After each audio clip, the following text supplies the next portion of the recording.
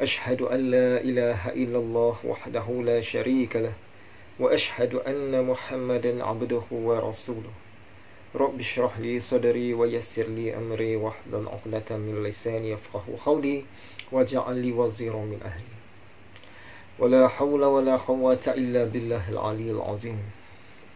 Alhamdulillah, Allah jodohkan lagi kita untuk bertemu dalam pengajian kitab Induk Ihya Ulumuddin karya Hujjatul Islam Imam Al-Ghazali. Pengajian kitab Ihya kita sudah masuk kali yang ke-69 bagi tahun yang ke-11 di Masjid Sayyidina Abu Bakar atau Masjid PGA ini. Kita masih mensyarahkan kitab yang ke-36 daripada 40 kitab yang terdapat dalam kitab Induk Ihya ini. Kitab yang ke-36 ini ialah kitab Mahabbah. Kitab tentang cinta. Cinta apa tu? Cinta Allah. Syarahan kitab Cinta Allah kita sudah sampai bagi kali yang ke-15. Hadirin yang dirahmati Allah sekalian, apakah hebatnya cinta Allah? Apakah lebihnya? Apakah manfaatnya? Apakah pentingnya cinta Allah ini? Sampaikan kita ni kena belajar ilmu-ilmu yang berkaitan. Kata Imam Al-Ghazali dalam kitab Ihya Ulumuddin ini, sesungguhnya cinta akan Allah adalah matlamat paling jauh. Matlamat paling jauh daripada maqam-maqam yang ingin dicapai dan ketinggian yang paling tinggi. Maksudnya kemuncak daripada darjat-darjat. Hal ihwal ma'rifatullah pun bawah lagi kalau nak dibandingkan dengan mahabbatullah ini. Kata Imam Al-Ghazali dalam kitab yang lain pula, iaitu kitabnya Kimya'us Sa'adah, cinta kepada Allah Ta'ala adalah tajuk yang paling penting. Tajuk yang paling penting dan merupakan matlamat akhir. Matlamat akhir perbicaraan kita. Kata beliau lagi dalam kitab Kimia juga, kesempurnaan kemanusiaan terletak di sini. Di mana tu? Iaitu kecintaan kepada Allah Ta'ala. Jadi kita renung-renungkanlah, kita tafakurkanlah apa hebatnya, di mana lebihnya, apa manfaatnya, apa pentingnya cinta Allah ini. Oleh itu, kita mestilah berusaha dan berikhtiar. Berusaha dan berikhtiar dengan gigih untuk belajar, untuk mengamal dan untuk mencapai akan cinta Allah ini. Pada hakikatnya, Allah yang punya kerja semua. Itu kita sedia maklum. Tetapi pada syariatnya, kitalah yang mesti berusaha dan berikhtiar dengan gigih untuk mendapatkan apa-apa pun. Hal ini kerana kerja-kerja dan urusan-urusan Allah tidak akan dipersoal dan tak akan diminta pertanggungjawapannya. Sebaliknya, usaha dan ikhtiar kita, yakni kerja-kerja dan urusan kita itulah yang akan dipersoal dan diminta pertanggungjawapannya nanti. Kerja Allah tak akan ditanya, tak boleh ditanya pun, tak boleh dipersoal. Kita tak boleh nak bersibuk-sibuk dalam wilayah kerja Allah. Wilayah syariat yang Allah peruntukkan kepada kita ada usaha dan ikhtiar, walaupun sebenarnya tak terkeluar juga daripada kerja-kerja Allah itu. Tetapi wilayah syariat, urusan kita, kerja kita, yang itu akan dipersoal. Wilayah kerja Allah, kita yakin, percaya, pegang, selesai. Wilayah kerja kita ini akan dipersoal nanti. Sebab itu kena sangat berhati-hati. La yus'alu amma yaf'al wa hum yus'alun. Dia, yakni Allah, tidak dipersoal tentang apa yang dia lakukan. Tetapi mereka lah. Siapa dia mereka lah ni? Kita lah, manusia dan jin, yang akan dipersoal. Al-Anbiya ayat 23. Jadi semuanya merupakan kerja Allah. Termasuklah pencapaian kita. Apa-apa yang kita capai dalam dunia ni, termasuk dah dalam pelajaran Mahabbatullah ini, adalah kerja Allah dari segi hakikatnya. Syariatnya kita kena usaha dan ikhtiar. Sebab itulah, oleh kerana hujung-hujungnya ia tetap kerja Allah juga, maka ada orang yang tidak dipilih oleh Allah untuk dapat tahu. Mereka tak tahu langsung tentang cinta Allah ini. Bahkan orang yang makrifah pun ada. Dia belajar tentang makrifatullah, dia mengajar tentang makrifah. Tentang cinta dia tak tahu, dia kata tak ada. Ada orang yang dipilih untuk dapat tahu. Dia belajar tentang cinta Allah ini, tapi tidak dipilih untuk faham. Allah pilih dia untuk tahu saja, untuk belajar saja. Untuk sampai ke peringkat faham, Allah tak pilih. Ada yang dipilih oleh Allah untuk faham, tetapi tidak diberinya kesedaran dan amal. Faham tu faham dah, tapi tak ada sedar. Bila tak ada sedar, tak ada amal lah. Ada orang yang dipilih untuk dapat kesedaran dan amal, tetapi tidak dipilihnya sebagai orang yang memperolehi penghayatan. Sedar dah sedar, amal dah amal, tapi dari segi penghayatannya lemah ataupun tak dapat pun. Ada orang yang dianugerahkannya penghayatan, tetapi tidak diizinkannya mendapat kemuncak cinta Allah. Penghayatan tu dah ada, dapatlah sikit-sikit. Ada dapat yang bawah-bawah, yang pertengahan, tapi yang kemuncak tu tak dapat. Ada pula orang yang dipilih oleh Allah untuk sampai ke peringkat mendapat kemuncak cinta Allah. Jadi semuanya berdasarkan pilihan Allah, ketentuan Allah, kehendak Allah. Tapi sebagaimana yang kita sebutkan tadi, dari segi syariatnya, kita tetap kena berusaha dan berikhtiar dengan gigih, kerana wilayah kerja kita itu akan dipersoal di akhirat kelak. Kerja Allah tidak akan dipersoal. Kita jangan bersibuk-sibuk dengan wilayah kerja dia. Oleh itu, langkah utama kita adalah dengan selalu memohon agar Allah anugerahkan cintanya kepada kita. Kita tahu dah, sekuat mana kita usaha pun, kalau Allah tak pilih, tetap tak akan dapat. Jadi, kita kena doa. Sebelum pun berdoa, semasa berusaha ni pun berdoa, sampai akan datang selepas-selepas pun berdoa juga. Supaya kita ni dipilih oleh Allah. Hanya dia saja yang mampu memberi, tidak ada selain dia. Dia saja yang ada kuasa. Kita minta dulu. Dalam meminta ini, dalam berdoa ini, ada hikmah yang sangat besar. Jadi kita jangan segan-segan nak meminta. Antaranya, Allah sangat suka apabila kita meminta, apabila kita berdoa, kerana di sana ada pengiktirafan. Kita iktiraf sebagai Allah ini sumber. Dia itu tempat meminta. Dia itu ilah kita. Dia tempat berhajat segala sesuatu. Jadi kita mengiktiraf tu Allah suka. Bagi ahli-ahli sufi, kalau Allah suka ni, itulah matlamat dia. Yang kedua, Allah sangat suka kita ini memohon doa kepada dia, kerana di sana ada kerendahan hati dan kerendahan diri. Kita menunjukkan, aku lemah, aku tidak ada sebarang power, tak mampu nak mencapai apa-apa, melainkan dengan kehendak-Mu, ya Allah. Jadi di sana ada pengiktirafan, dan di sana ada kerendahan diri. Yang ini Allah sangat suka. Sebab itu, kita mintalah pada dia.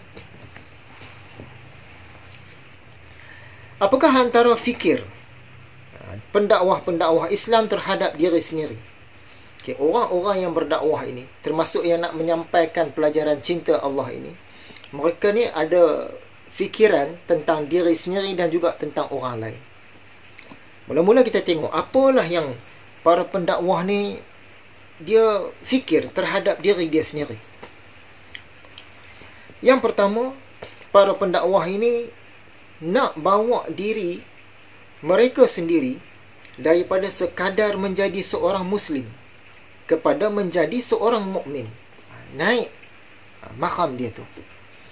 Kan dalam hadis Jibril ada 3 tingkatan atau 3 maqam. dalam ad-din ini. Yang pertama, Muslim, orang-orang Islam. Yang kedua, mukmin, orang-orang beriman. Yang ketiga, muhsin, orang-orang yang berihsan. Jadi orang yang berdakwah ini, kalau untuk diri dia sendiri, sebenarnya dia nak bawa diri dia daripada Muslim naik sampai jadi mukmin. Sekiranya dia itu sudah mukmin, dia nak naik lagi diri dia, upgrade lagi sampai jadi muhsin. Muslim, mukmin, muhsin. Umumnya sebegitu. Itu fikiran seseorang pendakwah Islam kepada diri dia sendiri. Bagaimana pula fikiran pendakwah-pendakwah Islam ini kepada orang-orang lain? Yang pertama, para pendakwah ini nak usaha dan ikhtiar membawa orang-orang yang bukan Muslim agar jadi seorang Muslim. Itu dia punya misi dia. Yang kedua, para pendakwah juga berusaha dan berikhtiar untuk membawa orang-orang yang sudah sedia Muslim dah, tetapi naik sampai jadi mukmin. Yang ketiga, para pendakwah nak usaha dan ikhtiar membawa orang-orang yang sudah sampai ke peringkat mukmin agar naik lagi menjadi muhsin. Ini dia punya matlamat, dia punya cita-cita, dia punya mission. Inilah yang para pendakwah ataupun da'i mereka fikir, mereka nak buat dan mereka buat. Dari semasa ke semasa. Untuk diri mereka pun nak, untuk diri orang lain pun nak. Untuk diri dia sendiri, daripada Muslim dia nak jadi mukmin, daripada mukmin dia nak jadi muhsin. Kalau dakwah untuk orang lain, daripada bukan Muslim nak jadi Muslim, daripada Muslim nak jadi mukmin, daripada mukmin nak jadi muhsin. Semua pihak pun umumnya buat ketiga-tiga jenis dakwah. Secara umumnya kita buat semualah. Cuma berbeza dari segi keutamaan sahaja. Ada pihak yang dia lebih utamakan yang nombor satu, iaitu dia lebih tumpu kepada nak jadikan orang-orang bukan Muslim agar jadi Muslim. Dia lebih tumpu ke situ. Ada pihak yang lebih tumpukan pada yang nombor dua. Maksudnya, orang-orang yang sudah sedia Muslim ni, mereka nak upgradekan jadi mukmin. Ada pihak yang lebih utamakan yang nombor tiga. Orang-orang yang dah mukmin nak dibawa agar mereka ni jadi muhsin. Ada pihak yang utamakan nombor satu dan dua sahaja. Ada pihak yang utamakan nombor dua dan tiga sahaja. Ada pihak yang utamakan ketiga-tiganya sekaligus. Tetapi ini sangat jarang dapat. Sebab susah nak diseimbangkan dengan kekangan-kekangan kita. Biasanya kita ada keutamaan. Dakwah kita tu ke mana? Dia tak boleh nak semua sekali tu. Tak sempat. Ada pihak yang dia buat salah satu dan tinggalkan dua. Ada pihak yang dia buat dua dan tinggalkan satu. Macam itulah lebih kurang. Jadi bagi pihak-pihak yang faham akan kedudukan hal ini dan mereka tidak punya kepentingan-kepentingan peribadi, sudah tentulah akan datang kesejahteraan antara sesama pendakwah. Mereka tidak akan saling bertentangan, tidak akan saling bermusuhan dan tidak akan saling berlawanan. Sebab masing-masing faham, orang ini keutamaan dia nak bawa orang begini kepada begini. Pihak sana pula keutamaan dakwah dia begini-begini. Pihak sinun pula keutamaan dakwah dia begitu-begitu. Jadi tak ada masalah. Tetapi masalah akan muncul apabila kita nak orang lain pun pakat buat macam yang kita buat. Macam di mana keutamaan kita tu, kalau boleh kita nak semua orang buat macam yang kita, situ akan timbul masalah. Bagi orang-orang yang faham, tidak akan saling salah menyalah, tidak akan kutuk mengutuk dan tidak akan hentam menghentam. Tetapi masalah selalu timbul apabila ada sifat mazmumah.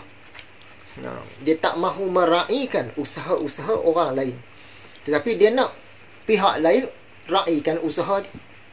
Apa yang dia buat, kamu semua kena sokong, kena ikut, kena bantu. Tapi apa yang orang lain buat, dia tak mau. Dia nak dia buat, orang lain bagi sokongan. Pihak lain buat, dia tak mau bagi sokongan. Ada sifat macam itu. Ini sifat mazmum.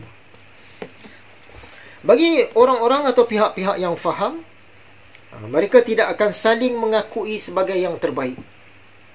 Dia tak akan angkat diri dia sebagai yang terbetul, yang terbesar, yang terhebat, yang terkuat, yang tersunnah.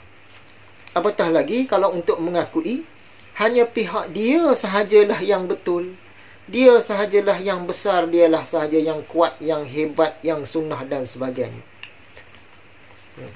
Masalah akan wujud apabila ada pihak-pihak atau individu-individu yang merasakan dia terbaik, dia tersunnah, dia yang baik, yang lain tak baik, dia yang sunnah, yang lain tak sunnah, akan timbul masalah. Jadi yang mana dakwah ahli-ahli tasawuf, ahli-ahli sufi, ahli tarekat dan sebagainya, secara umumnya semualah. Semua jenis dakwah tu buat belaka. Tetapi dari segi kekhususan atau dari segi keutamaan dakwah mereka ini, mereka nak bawa dan bantu orang-orang Muslim dan orang-orang mukmin agar mencapai kedudukan muhsin. Ini keutamaan dakwah bagi kaum tasawuf, sufi, tarikhah dan yang seumpama dengannya.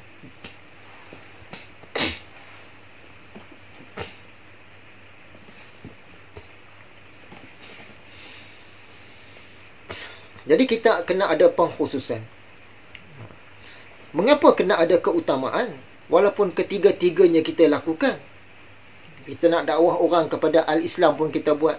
Nak dakwah orang kepada al-iman kita buat. Nak dakwah orang kepada al-ihsan kita buat. Dan satu lagi al-sa'ah. Itu bicara lain dalam pengajian zaman akhir kita buat. Sebab dalam hadis Jibril dia ada 4 perkara ini. Ini tungku agama.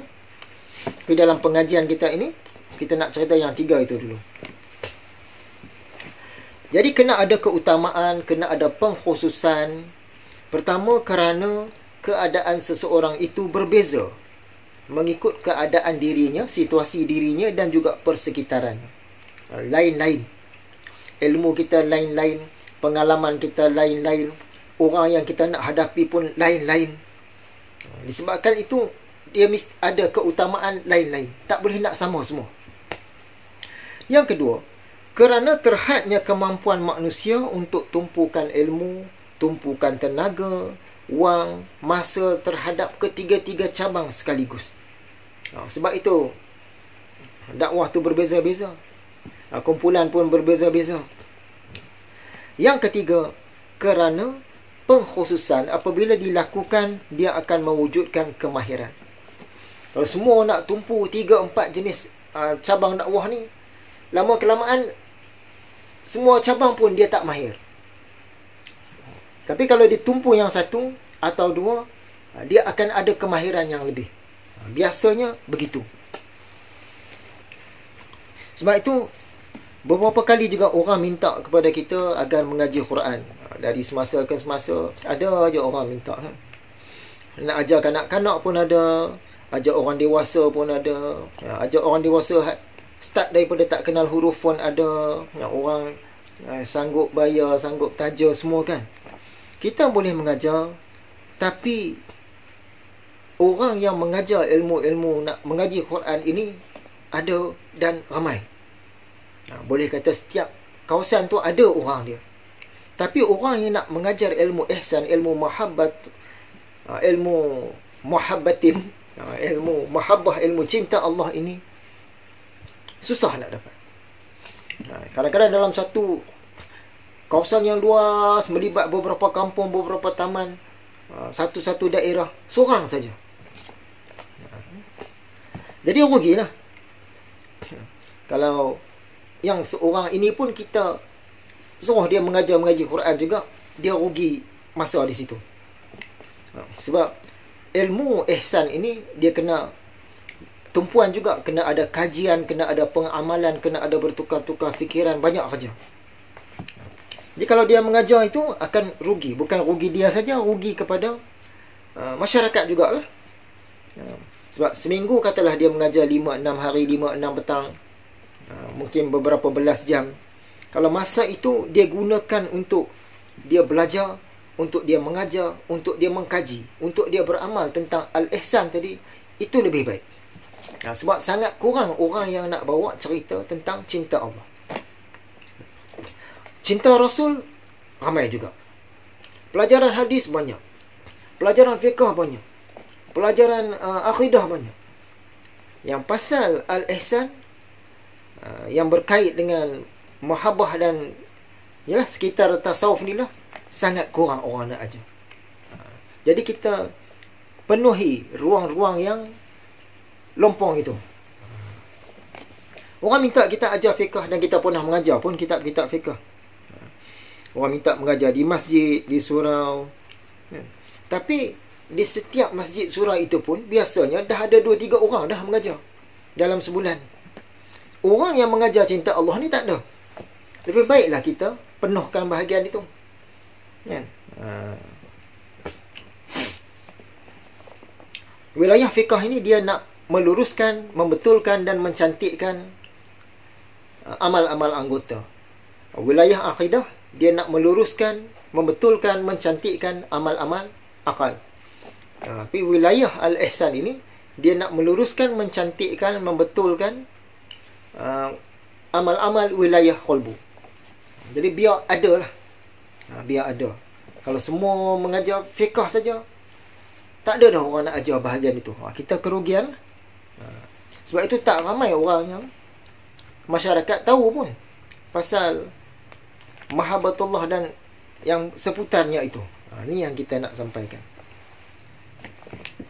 Kalau kita perhatikan, mujtahid mutlak pun mereka tak datang serentak. Dia satu zaman, 100 tahun, biasanya begitu. Kalau ikut apa yang diperturunkan dalam Tariqah Ghazaliyah, mula-mula yang datang adalah mujtahid tentang Al-Quran. Mereka ini mujaddid, kurun-kurun awal. Kemudian baru datang mujtahid tentang As-Sunnah. Selepas itu baru datang mujtahid yang berkaitan tentang fiqh al-Islam. Selepas itu baru pula datang mujtahid yang berkaitan dengan akidah al-iman. Selepas daripada itu barulah datang mujtahid yang dari segi tasawuf ataupun al-ihsan. Dia ada pengkhususan.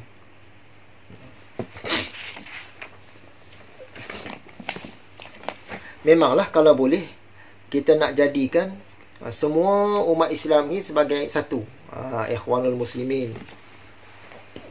Kalau dapat jadi ikhwanul mukminin pun lagi bagus. Kalau ahli sufi, tasawuf, tariqah ni, kalau boleh nakkan masyarakat Islam ni jadi ikhwanul muhsinin. Tapi hal itu mustahil lah nak dapat. Kecuali dalam kelompok-kelompok kecil mungkin. Baik. Tuan-tuan, puan-puan yang dimuliakan Allah. Seterusnya kita tengok kepada pengabdian. Berabdi, beribadah. Sebab cinta ini berkait dengan pengabdian juga. Tak boleh lari. Di mana kedudukan cinta dalam pengabdian kepada Allah? Pengabdian kepada Allah mempunyai beberapa level, beberapa tingkatan, beberapa darjat, beberapa maqamat, beberapa kedudukan, beberapa taraf. Ringkas kata, kita ambil contoh macam ibadah solat. Ada orang yang dia mengerjakan solat fardu kerana dipaksa oleh orang lain. Contohnya budak-budak, mak dah bising dah, baru dia solat. Ataupun ayah dah pegang rotan, baru dia solat.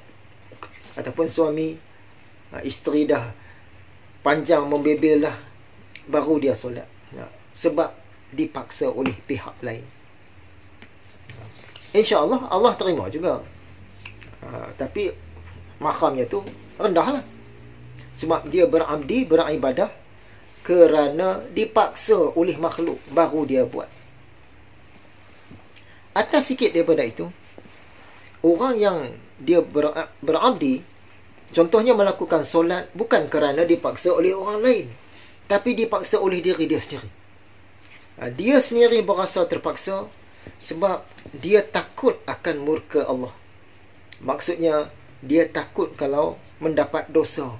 Dan takut nanti akan diazab dengan azab nar di akhirat kelak.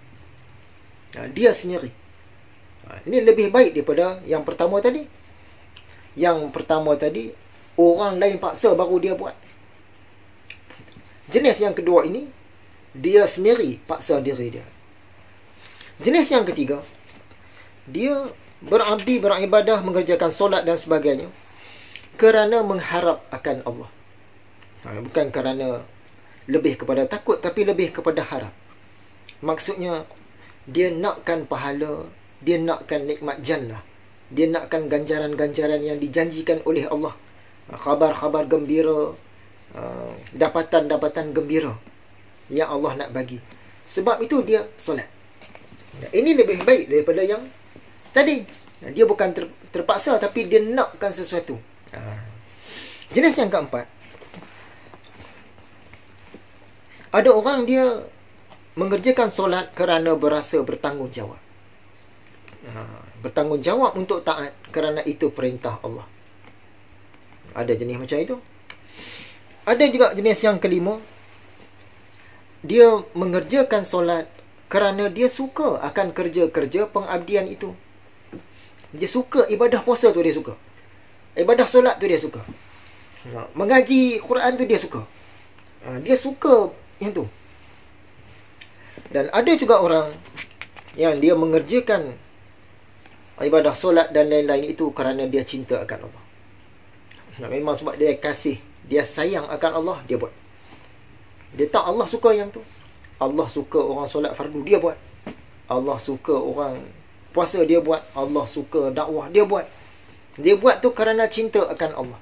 Seolah-olah dia tak terfikir dah tentang syurga, neraka, azab, dosa, pahala, tanggungjawab, semua. Seolah-olah. Sebab keutamaan dia lebih kepada kasih kepada Allah. Kerana cinta. Jadi ini makam yang tinggi. Makam yang tinggi. Jadi kedudukan cinta tu yang tinggi lah. Sebab tu Imam Ghazali beritahu, yang ni dah hujung lah ni. Cerita cinta ni cerita yang paling hujung. Jadi kita boleh nilai dalam sehari-hari kita baca Quran tu sebab apa. Kita harap sebelum kita meninggal dunia, biarlah sampai ke peringkat kita mencintai Allah. Sebab tu baca tu. Itu keutamaan. Sebab-sebab lain tu dah jadi sebab sampingan. Kita berdakwah hari ini sebab apa? Kalau sebab cinta tu, dia tak fikir sebab-sebab lain tu dah. Memang sebab cinta akan Allah. Kita solat hari ini daripada subuh sampai ke isyak. Sebab apa? Sebab cinta kah? Kalau bukan sebab cinta tu, kalau bagi ahli tasawuf, sufi, tarikhah ni, dia macam, alamak malunya aku beribadah sebab lain, sebab takut neraka, sebab nakkan pahala, sebab rasa bertanggungjawab. Dia nak betulkan balik. Dia nak pergi kepada cinta akan Allah. Dikatakan bahawa ahli-ahli sufi mencintai mati. Tapi mengapa ahli-ahli sufi ni ada memohon agar dipanjangkan umur dalam doa-doa mereka? Di orang yang mencintai Allah ni, mereka mencintai mati atau tidak membenci mati. Tapi bila dalam doa, ya Allah panjangkanlah umur kami. Kata suka akan kematian, tapi minta panjang umur. Nampak macam berlawanan.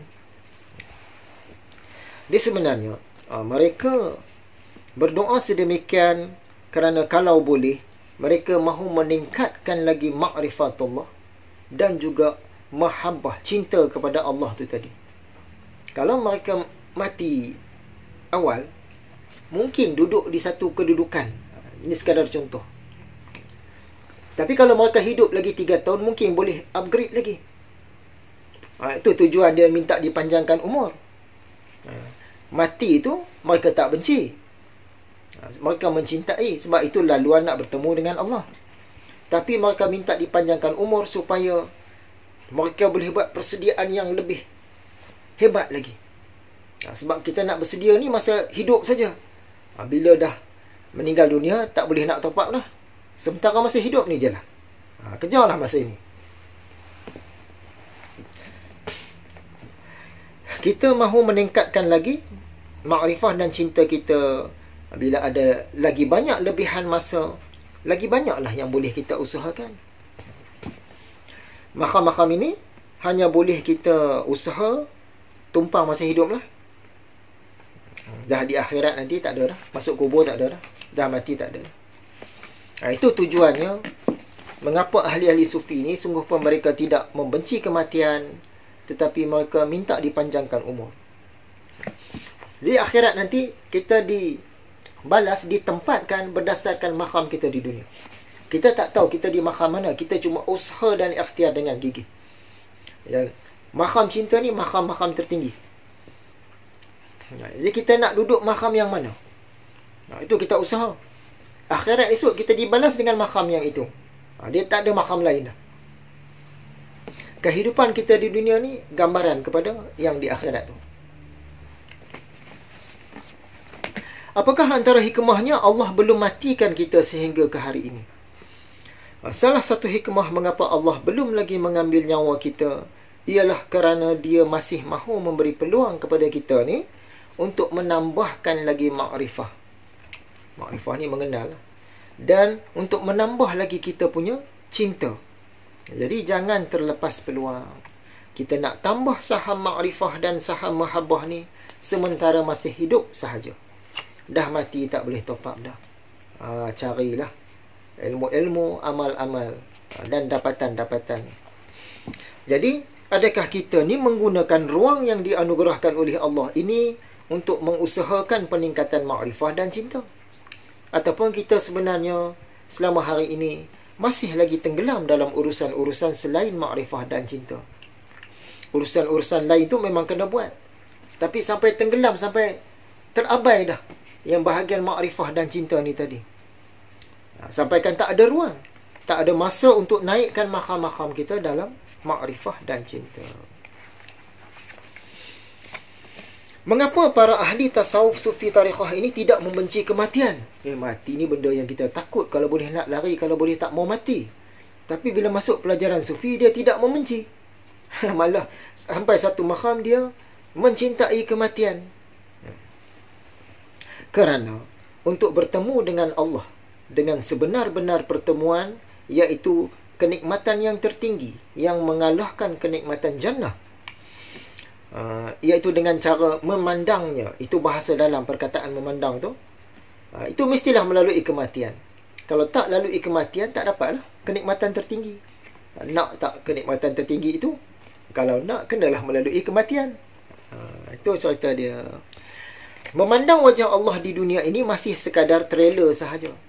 Di dunia ni, semasa hidup ni, kita makam tertinggi mana pun, itu sekadar trailer untuk kita.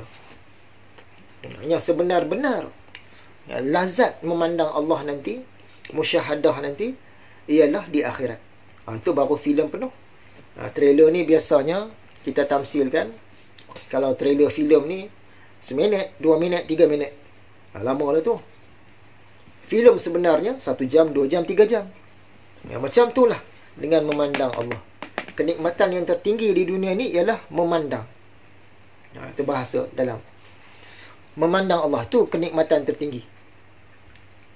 Dan kenikmatan yang tertinggi di dunia itu, yang paling tinggi itu, dia masih di peringkat trailer. Promosi baru. Yang sebenar-benar nikmat dia di akhirat nanti.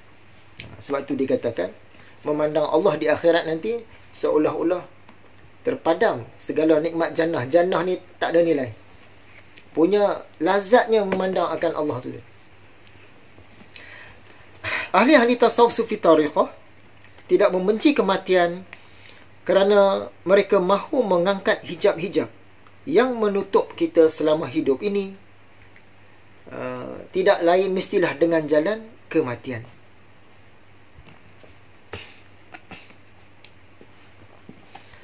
Jadi kita hijab-hijab ni masa di dunia sangat tebal. Bila kita dah mati, masuk alam barzah, dah buka sikit sebahagian daripada hijab-hijab. Dah sampai ke mahsyar, ke alam akhirat, lagi banyak hijab buka. Dah masuk ke dalam jannah, lagi banyak hijab dibuka. Masuk ke dalam jannah-jannah tinggi, jannah para mukharrabin, lagi banyak hijab dibuka. Bila sampai peringkat tertinggi, memandang Allah tanpa hijab, itulah matlamatnya.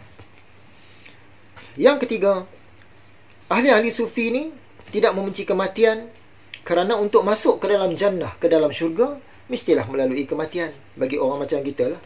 Ada nabi-nabi yang nak masuk dalam jannah dah awal-awal kan. Macam kita ni kena melalui kematian. Yang keempat, untuk bersama-sama kekasih kita Rasulullah sallallahu alaihi wasallam, mestilah melalui kematian. Selain daripada itu, dalam hal-hal yang lain lah, kita nak mendapatkan keadilan, nak mendapatkan pembelaan yang sebenar-benar pembelaan, sebenar-benar penghakiman atas masalah-masalah kita di dunia ini, mestilah melalui kematian. Sebab pengadilan yang sebenar-benarnya di akhirat sana saja. Untuk bertemu dengan orang-orang yang kita sayang masa di dunia dahulu, orang-orang dulu, orang-orang sekarang, orang-orang akan datang, kita nak jumpa, mestilah melalui kematian. Untuk kita mengetahui kisah-kisah dahulu kala, kisah-kisah sekarang di serata dunia, kisah-kisah akan datang, mestilah melalui kematian, kisah-kisah sebenar. Untuk kita lepas penuhnya daripada kesengsaraan dan penderitaan dunia, mestilah melalui kematian. Untuk kita hidup selama-lamanya, mestilah melalui kematian. Kerana hidup yang kita sedang hidup sekarang ni adalah hidup yang sangat sementara, sangat sebentar, sangat sekejap. Nak dapat kehidupan yang abadi, yang kekal selama-lamanya, memang kena melalui kematian. Untuk mendapatkan hidup yang selama-lamanya, engkau mestilah tidak hidup terlebih dahulu. Tidak hidup tu matilah tu. Kita kena merasai mati terlebih dahulu. Apakah antara maksud sesiapa yang mencintai mati, maka mati pun mencintainya? Kalau kita cinta mati, mati pun cinta kat kita. Maksud dia, orang yang tidak membenci kematian, orang yang mencintai kematian, maka dia akan mudah melalui kematian itu. Mengapa seorang itu susah berhadapan dengan sakaratul maut? Mati itu susah. Mati ini disebut meninggal dunia, kerana kita akan meninggalkan dunia. Sedangkan dunia itu sebenarnya bukan berada di luar daripada kita ni. Dunia itu berada di dalam diri kita. Bila kita mati, keduniaan yang dalam diri kita tu ditarik keluar. Kalau kita tak mau lepaskan, itu yang orang tua-tua katalah, direntak oleh malaikat. Kan? Lagi sakit lah. Kalau kita tengok macam Imam Ghazali, yang kisah dia nak meninggal dunia tu mudah. Dia siap semua barang-barang dia, selesai dia baring semua, selesai. Sebab dia lepaskan keduniaan. Yang jadi susah, jadi berat tu bila kita tak mau lepas keduniaan tu berada dalam diri kita. Bukannya yang keliling kita ni. Kita nak tinggalkan sesuatu yang dalam diri kita ni, nak tarik keluar, nak tinggal. Itu yang berat. Hendak meninggal dunia, mestilah meninggalkan dunia. Jika kita bakal meninggal dunia, tapi kita tak mau meninggalkan dunia, sebab itulah susah hendak meninggal dunia. Lagi banyak dunia dalam diri, dalam hati, lagi susah kita hendak meninggal dunia. Orang kata, alah apa susah kena bom nuklear terus jadi debu. Tak rasa sakit pun, senangnya. Itu pada pandangan kita. Kita kena sedar Allah Subhanahu Wa Taala, dia ini tuan kepada masa. Dia yang menciptakan masa. Dia menguasai masa 100% sepenuhnya. Orang yang kita nampak dia mati 1 saat je, Allah boleh panjangkan 1 saat itu ikut dia. Dia nak jadikan 3 hari, nak jadikan seminggu, nak jadikan sebulan, jadikan setahun, 10 tahun, ikut dia. Bayangkan nak mati tu, kita nampak 1 saat je dia mati. Tapi di sisi Allah, rupanya Allah panjangkan sampai 3 bulan. Kita tak tahu, kita tak nampak. Ini bukan benda yang mustahil bagi Allah.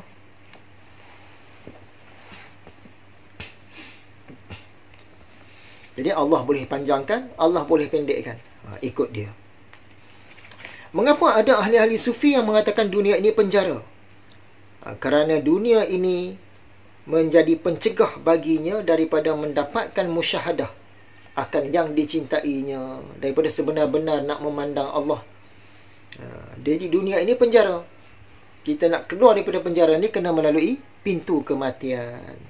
Dan matinya itu kelepasan daripada penjara dan kedatangan kepada yang dicinta. Jadi untuk malam ini pastinya sekadar ini sahajalah dulu. InsyaAllah kita akan sambung lagi dari semasa ke semasa dengan izin Allah. Sebagai kesimpulannya, ilmu, amal dan dapatan-dapatan tentang cinta Allah ini terlalu penting. Kita carilah, kita belajarlah, kita amallah dan kita capailah. Kita kena tetapkan matlamat sekurang-kurangnya sebelum aku ni mati, aku nak mencapai maqam cinta. Kalau bukan sekarang pun, sebelum habis hayat, nak dapat juga. Tetap target macam itu. Jadi semoga Allah pilih kita termasuk dalam kalangan para pencinta.